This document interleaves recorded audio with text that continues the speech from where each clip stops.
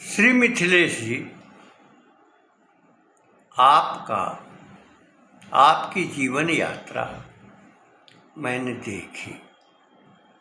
आप इतने कंजूस हैं कि आप शेयर करने का मौका नहीं देते, फिर भी मैंने देख लिया, पहचान गया। मैं आपकी यात्रा के संबंध में आगे बताऊंगा, लेकिन पहले अपनी यात्रा को मैं सुनाना चाहता हूँ। आप सुने। मेरा जन्म संपन्न जमींदार परिवार में हुआ था 21 अप्रैल 1941 को। सबके जन्मोत्सव पर शहनाई बजती है, बधाई गीत चलते हैं, लेकिन हमारे जन्म दिवस पर घर में जितने भी फूल के बर्तन थे, पीतल के बर्तन थे, वे सब आंगन में मेरे पिताजी के द्वारा फोड़े गए थे। अद्भुत रहा होगा वह प्रकरण। किंतु जब मैं 4.5 वर्ष का था तो भी वो स्मृतियाँ आज भी मेरे मन में है, विद्यमान है। उस कालखंड में हमारे पूरे गांव में केवल 4 मतदाता थे, उसमें मेरे पिताजी भी एक थे। तमुकही राज के राजा साहब चुनाव में खड़े थे। वर्ष था 1946। उनके हाथी दरवाजे पर आए थे और पहली बार हमने हाथियों को देखा था। एक हाथी तो हमारे गांव में रहता था, लेकिन हाथियों का समूह पहली बार हमने देखा था। वह मुझे याद है। जब 5 वर्ष का हुआ तो मुझे हमारी स्मृति सदैव बनी रही। हमारे पालने में रामचरितमानस, गीतावली, विनय पत्रिका, कृष्ण गीतावली और महाकवि सूरदास का सूरसागर विद्यमान था। और जब कक्षा 1 में मुझे प्रवेश मिला पढ़ने के लिए, तो मेरी आयु उस समय 7 वर्ष की हो गई थी। लेकिन बेसिक शिक्षा जो उप शिक्षा उपनिदेशक के अधीन थी, उसका जो विधान था, नियम था कि 5 वर्ष के बच्चे को ही कक्षा 1 में प्रवेश दिया जा सकता है। बाध्यता थी। हमारे प्रधान अध्यापक ने हमारा नाम अंकित किया इस शर्त पर कि 1 अप्रैल 1943 लिखना पड़ेगा। हमारे पिताजी ने उसको स्वीकार किया। फिर हमारी दूसरी जन्मतिथि 1 अप्रैल 1943 हो गई। उसी 1 अप्रैल के दिन राष्ट्र के नायक परम पूज्य डॉक्टर केशव बलिराम हेडगेवार का भी अवतरण हुआ था। संयोग की बात ये कहें तो गुरु तेग बहादुर सिंह का भी जन्म 1 अप्रैल 1621 को ही हुआ था। दुर्भाग्य कहें या सौभाग्य, जब मैं कक्षा 2 में पहुंचा तो मेरे भैया ने हमें हल्दी घाटी और जौहर ले आकर के दिया। उसको उछल उछल करके मैं गाने लगा। तब मेरी प्राथमिक शिक्षा जो गांव पर हुई थी, उसमें एक अध्यापक थे पियासी के मिश्र पंडित लुटावन मिश्र जी। वे कविता बोलना और अभिव्यक्ति करने का ढंग उन्होंने सिखाया। फिर भाटपार क्षेत्र में अंत्याक्षरी प्रतियोगिता में मुझे प्रथम स्थान मिला। तहसील पर भी मुझे प्रथम स्थान मिला, जो सलेमपुर तहसील थी। फिर देवरिया जनपद में मुझे प्रथम स्थान मिला और इस प्रकार मैं गोरखपुर मंडल में भी जो 5 जिलों का जो कार्यालय था वहाँ भी प्रतियोगिता संपन्न हुई थी और मैं उसमें विजयी रहा। मेरे जीवन में भगवान राम, भगवान कृष्ण हमेशा मेरे मानस में बने रहे और तदुपरांत महाराणा प्रताप और वीर शिवाजी हमारी स्मृति में आए, हमारे संस्कारों में आए। इस प्रकार हमने 1953 में कक्षा 5 की परीक्षा उत्तीर्ण की और मुझे कक्षा 6 में प्रवेश मिला बबन लाल श्रीवास्तव पूर्व माध्यमिक विद्यालय काढ़ा में, जो बनकटा स्टेशन के समीप है। वहाँ पर प्रधानाध्यापक थे श्रद्धेय मोहन प्रसाद जी, जो चर्मकार जाति से आते थे। जो अध्यापक थे श्री रामजी पांडे, श्री बालेश्वर मुंशी जी और भोला प्रसाद तिवारी जी। उनसे मैं विज्ञान की भी शिक्षा प्राप्त करता रहा, अंग्रेजी की भी शिक्षा प्राप्त करता रहा। इस प्रकार सामाजिक विषय में इतिहास, भूगोल, उसका भी बोध मुझे वहाँ मिला।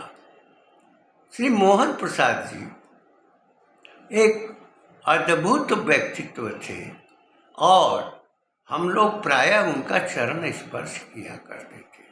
जब मैं कक्षा 8 के बाद कक्षा 9 में यहाँ 1955 में आया तो भारत की, उत्तर भारत की अति प्राचीनतम संस्था राजर्षि जय नारायण घोषाल के द्वारा स्थापित उसमें प्रवेश के लिए हमने आवेदन किया। 120 छात्रों और परीक्षार्थियों की उपस्थिति में मुझे चयनित किया गया। केवल कक्षा में 40 विद्यार्थियों को चयनित करना था, उसमें मुझे उसका अवसर मिला। फिर कक्षा 9 उत्तीर्ण करके कक्षा 10 में पहुंचा।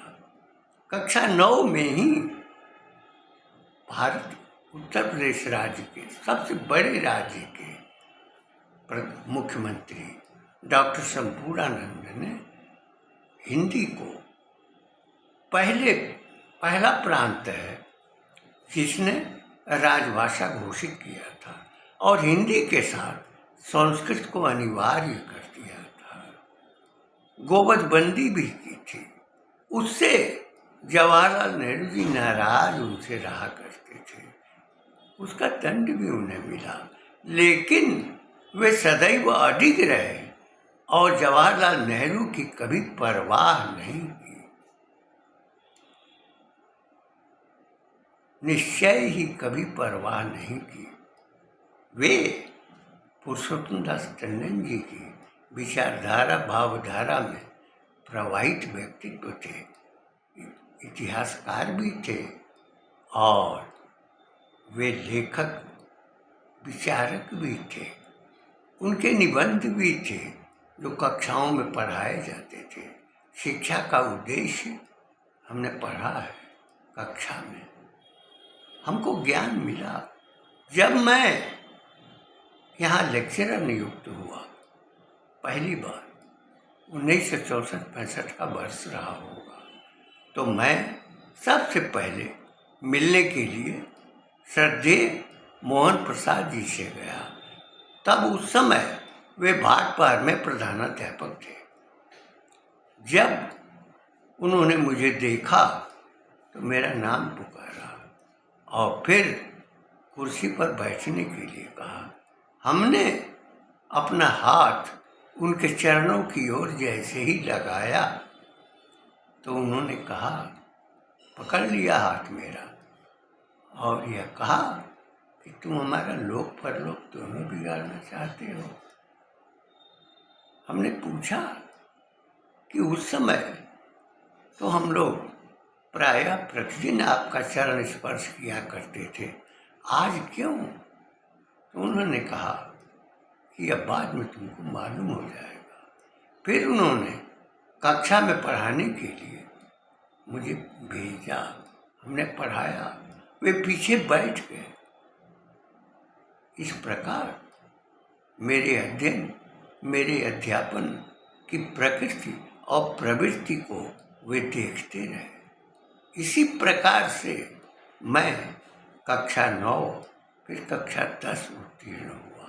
और कक्षा 10 में ही जो श्रद्धेय पंडित राम बालक शास्त्री जी के यहाँ के द्वारा जय नारायण में कवि सम्मेलन का आयोजन किया जाता रहा, उस समय मैं साहित्य परिषद का सहमंत्री भी बना था। मैं महाकवि पंडित श्याम नारायण पांडे के यहाँ पहुँचा आमंत्रण पत्र लेकर। उन्होंने बहुत ही आदर किया और समय पर वो आए। उसके बाद निरंतर प्रतिवर्ष हमने जय नारायण के मंच पर, जय नारायण कवि मंडल के मंच पर कवि सम्मेलन का आयोजन किया और जितने भी कवि आते थे उन कवियों की कविताएं भी प्रकाशित करता था। उपलब्धता रहती थी। उस कालखंड में चंद्रशेखर मिश्र जी, जगदीश मिश्र जी भी आया करते थे। गणेश प्रसाद मानव भी आया करते थे और वे कम्युनिस्ट विचारधारा के थे, फिर भी वो आते थे। यह हमारी प्रकृति प्रवृत्ति थी। लेकिन जो राष्ट्र की चिंतन धारा है उससे मैं सदैव उसमें सन्निहित रहा।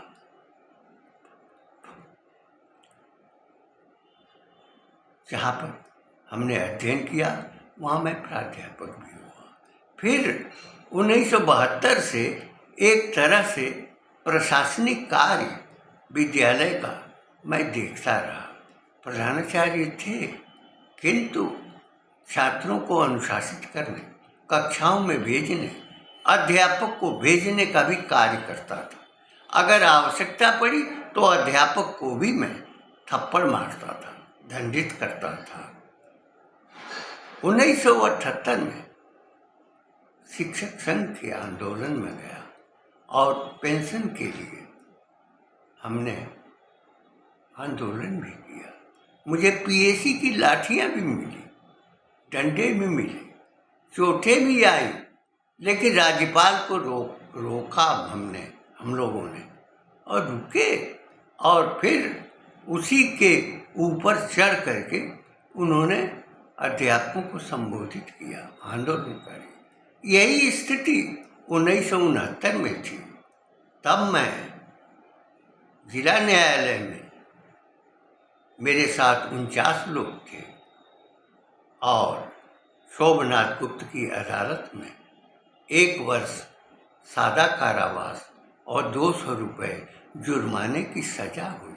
सेंट्रल जेल में मैं चला गया अपने साथियों के साथ, 49 साथियों के साथ, और वहाँ पर जेल में ही कवि सम्मेलन का आयोजन किया। और हमारी पहली कविता जब दैनिक आज और दैनिक गांडीव में छपी तो वो कविता थी कि हर विद्यालय हो तक्षशिला, हर शिक्षक चाणक्य बने। इसकी बहुत सराहना हुई और दैनिक आज, दैनिक गांडीव के संपादकों ने एक अलग से कॉलम बनाया कि कलम आपकी, कॉलम हमारी। उसमें मेरी कविताएं आती रही, बराबर आती रही। इस क्रम से मेरा जीवन चलता रहा। फिर 1985 में मुझे प्रिंसिपल सेक्रेटरी का दायित्व भी मिल गया, आर्थिक दायित्व भी मिल गया। हर स्कूलों में केवल प्रिंसिपल हुआ करते थे इंटरमीडिएट कॉलेज में, लेकिन मैं अकेला था जो प्रिंसिपल सेक्रेटरी था। एक और थे उदय प्रताप इंटर कॉलेज के प्रिंसिपल, वो अभी प्रिंसिपल सेक्रेटरी हुआ करते थे। हमने लगभग 18 वर्ष प्राचार्यत्व किया और छात्रों को दंडित किया, लेकिन वह दंड प्यार का था। जिस कालखंड में मैं प्राचार्य बना, उस कालखंड में हमारे कई विद्यार्थी आए जो मलाया में थे, जो अमेरिका में भी थे, थाईलैंड में भी थे, विभिन्न देशों से आए थे और उन्होंने एक लिफाफे में कुछ रख करके और मेरे सामने दिया, यह कहते हुए कि गुरुजी, आपने मेरी फीस माफ़ कराई थी, आपने मेरा परीक्षा शुल्क दिया था। उसकी याद बराबर आती है। इसलिए हमने सोचा कि विद्यालय को, संस्था को मैं लौटा दूँ। मेरे साथ तमिलनाडु, कर्नाटक, केरल के विद्यार्थी, पंजाब के भी, राजस्थान के भी, बंगाल के भी, बिहार के भी, आसाम के भी विद्यार्थी हमारे साथ पढ़ते थे, नेपाल के भी। और उस विद्यालय में मैं इन सारे प्रांत के बच्चों को भी पढ़ाया करता था। एक तरह से काशी भारत का संक्षिप्त भारत है, तो हमारा जय नारायण इंटर कॉलेज संक्षिप्त भारत का स्वरूप ही था, जिसका हमने अपने अध्ययन काल में अनुभव किया और अपने अध्यापन काल और प्राचार्यत्व काल में भी हमने सदैव इसका अनुभव किया। आज भी वे सारे प्रांत मुझे याद आते हैं, मेरे साथ पढ़ने वाले विद्यार्थी याद आते हैं। लेकिन मेरी अवस्था अब बहुत बड़ी हो गई है। आप लगभग 10 वर्ष छोटे होंगे। कृत्रिम जीवन तिथि के अनुसार, जन्म तिथि के अनुसार और वास्तविक जन्म तिथि के अनुसार आप 12 वर्ष छोटे होंगे। निसंदेह आप कवि हैं, आपकी कविता का प्रवाह है। 3-4 बार हमने आपकी और आपकी रचनाओं के संबंध में वाणी अभिव्यक्ति की है। आपके बड़े भाई के ससुर परशुराम मंच त्रिपाठी जी थे। यह भी सुन करके मुझे हर्ष हुआ, क्योंकि जब 1974 में उत्तर प्रदेश माध्यमिक शिक्षक संघ का सम्मेलन हुआ था, तो उस कालखंड में माननीय परशुराम त्रिपाठी जी, प्राचार्य मजगामा और पंडित त्रिगुणानंद पांडे, बाबा राघवदास इंटरमीडिएट कॉलेज देवरिया के प्राचार्य थे, वो भी आए थे और मेरे आवास पर उन्होंने मेरा आतिथ्य भी स्वीकार किया था। तो पंडित परशुराम मंच त्रिपाठी जी से मैं परिचित हूँ। आपने उनका उल्लेख किया, वह तो मेरे मन में बसे हुए है। मेरी यही जीवन गाथा है, यही जीवन प्रकृति है और इस प्रकार साहित्य से जुड़ा हूँ। कवि सम्मेलन का आयोजन करता रहा हूँ और साथ ही लेखन भी करता रहा हूँ। जय नारायण कवि मंडल का मंच है, हमारे 3 यूट्यूब चलते हैं, जिनको हमारे पौत्र और पौत्रियों ने बनाया है खिलौने के लिए, 4 फेसबुक भी बना दिया है, उसी में मैं जूझता रहता हूँ, उसी में खेलता रहता हूँ। मेरे पैर जवाब दे चुके हैं, मेरी आंखें भी लगभग आधी जवाब दे चुकी हैं, मेरे अंग प्रत्यंग जवाब दे चुके हैं। फिर भी मेरी वाणी बची हुई है और उसी वाणी का प्रयोग कर मैं आपके पास पहुंचता हूँ। निसंदेह आप एक श्रेष्ठ रचनाकार हैं और मेरे हृदय में हमेशा विद्यमान रहेंगे। आप प्रश्न किया करते थे, मन क्या है? हमने उपनिषदों का संदर्भ भी आपको बताया था कि मन क्या है। ये इंद्रियां तो अश्व हैं, 10 घोड़े हैं जो इस शरीर में रूपी रथ में लगाए जाते हैं और मन उसका सारथी होता है। और फिर उससे श्रेष्ठ बुद्धि होती है, विवेक सम्मत बुद्धि होती है और आत्मा के योग से वह जीवन का भोग करता है। जीवन का भोग कोई करता नहीं है।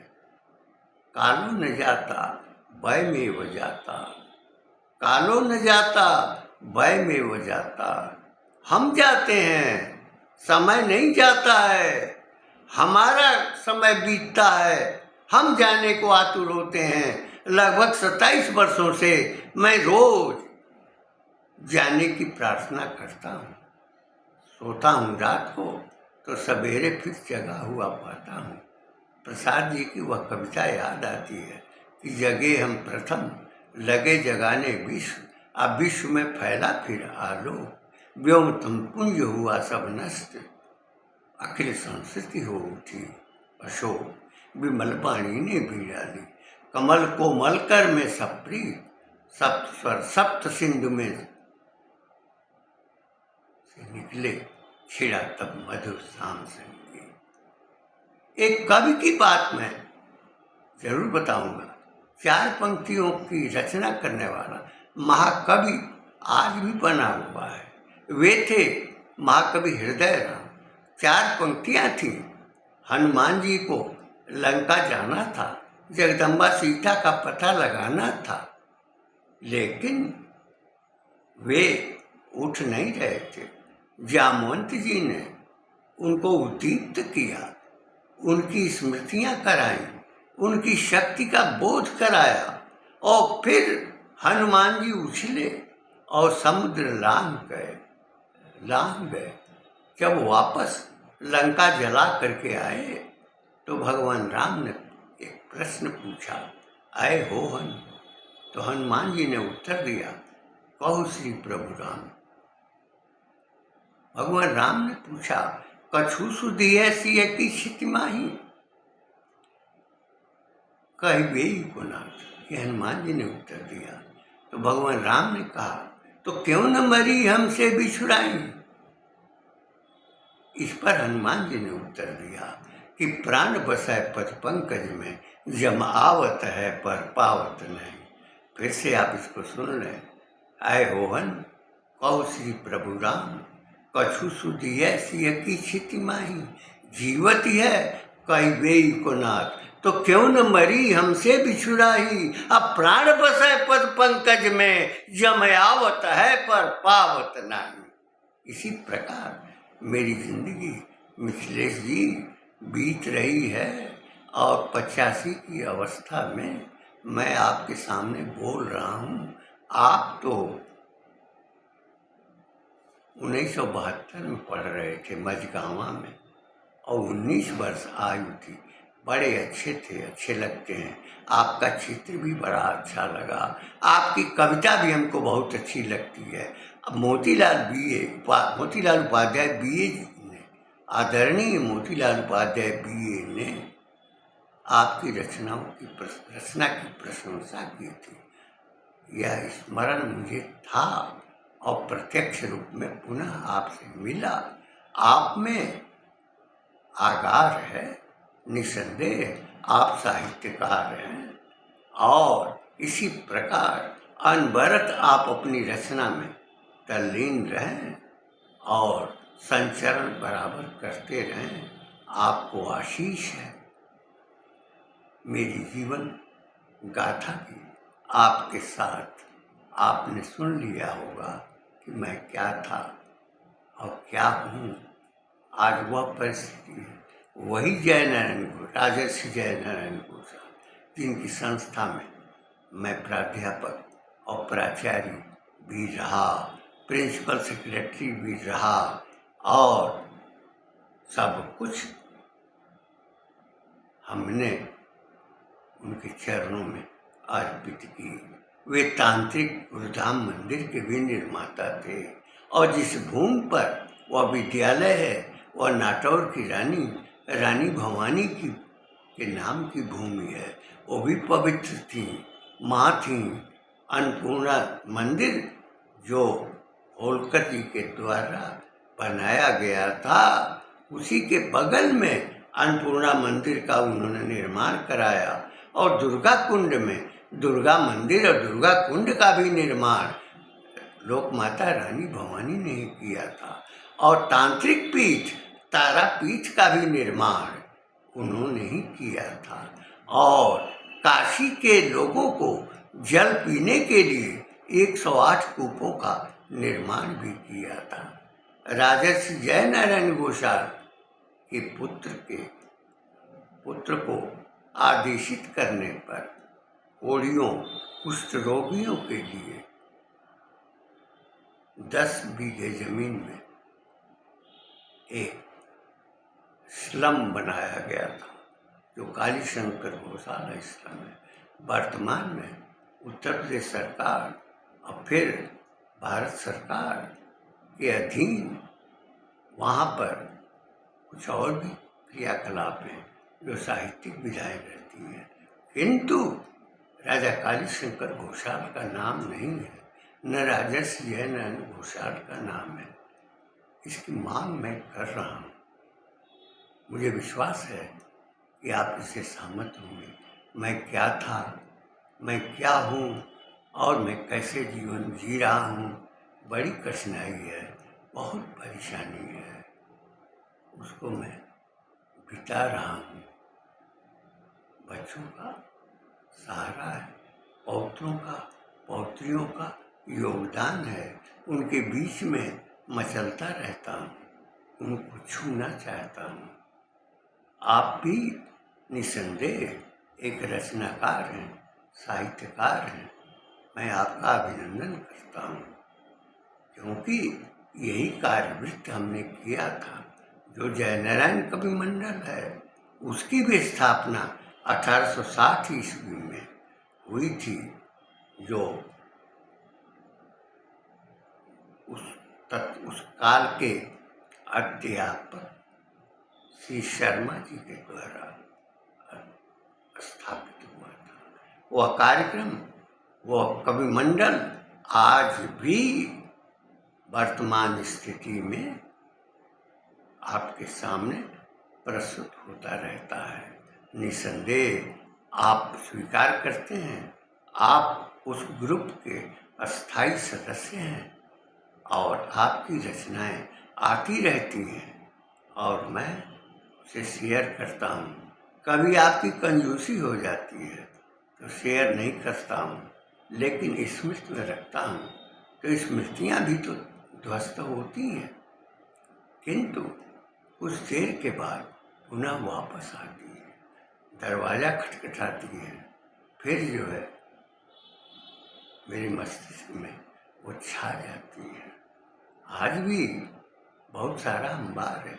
मैं राष्ट्रीय चेतना और धरातल पर जीवंत एक व्यक्तित्व रहा हूँ, आज भी हूँ।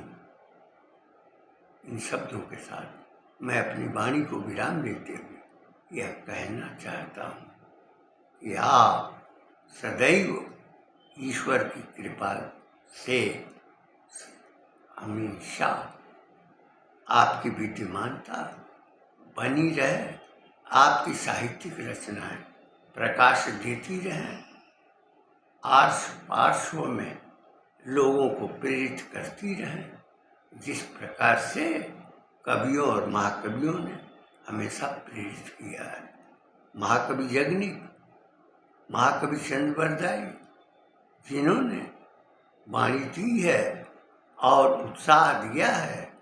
महाकवि भूषण के उत्साह का भाव सब में दिखाई पड़ता है। उछलने और कूदने की प्रकृति होती है। रामधारी सिंह दिनकर जी भी यहाँ आ चुके हैं। पंडित सुमित्रानंद पंत जी यहीं पर पढ़े हुए हैं और तमिलनाडु के तमिल महाकवि भारती जी भी यहीं के विद्यार्थी थे। 1901 में उन्होंने मैट्रिक की परीक्षा उत्तीर्ण की थी। मुझे गर्व होता है इस संस्था में अध्ययन करने का और पढ़ने का और पढ़ाने का भी और प्राचार्यत्व का भी, प्रिंसिपल सेक्रेटरी के पद के दायित्व के निर्वहन का भी। मैं भाग्यशाली रहा हूँ। मैं जीवन में अपने जीवन से सदैव मैं प्रसन्न हूँ। मुझे किसी प्रकार का पश्चाताप नहीं है। मैं सुखी हूँ, आनंदित हूँ। महाकवि प्रसाद जी की धारा में मैं हमेशा बहा रहा हूँ। बगल में चित्र है महाकवि जयशंकर प्रसाद का, मध्य में है परम पूज्य राष्ट्रीय स्वयंसेवक संघ के संस्थापक डॉक्टर केशव बलिराम हेडगेवार जी का, जिनका विशाल अक्षय वट आज विश्व में भी लहरा रहा है और हमारा अतीत, उसकी राष्ट्र चेतना जिसको बढ़ा रहा है, जिसके स्वयंसेवक के हाथों में केंद्र की सत्ता है, संचालन है और जिस प्रदेश के मुख्यमंत्री के अधीन में हूँ, वे संघ के स्वयंसेवक रहे हैं और आज भी जो सरसंघ चालक उनको प्रणाम करते हैं, क्योंकि गोरक्ष पीठ के वो योगी हैं और योगियों को बराबर नमन किया जाता है। मोहन यादव जी भी संघ के स्वयंसेवक रहे हैं। शिवराज सिंह जी भी स्वयंसेवक रहे हैं, जो मामा जी कहलाते हैं।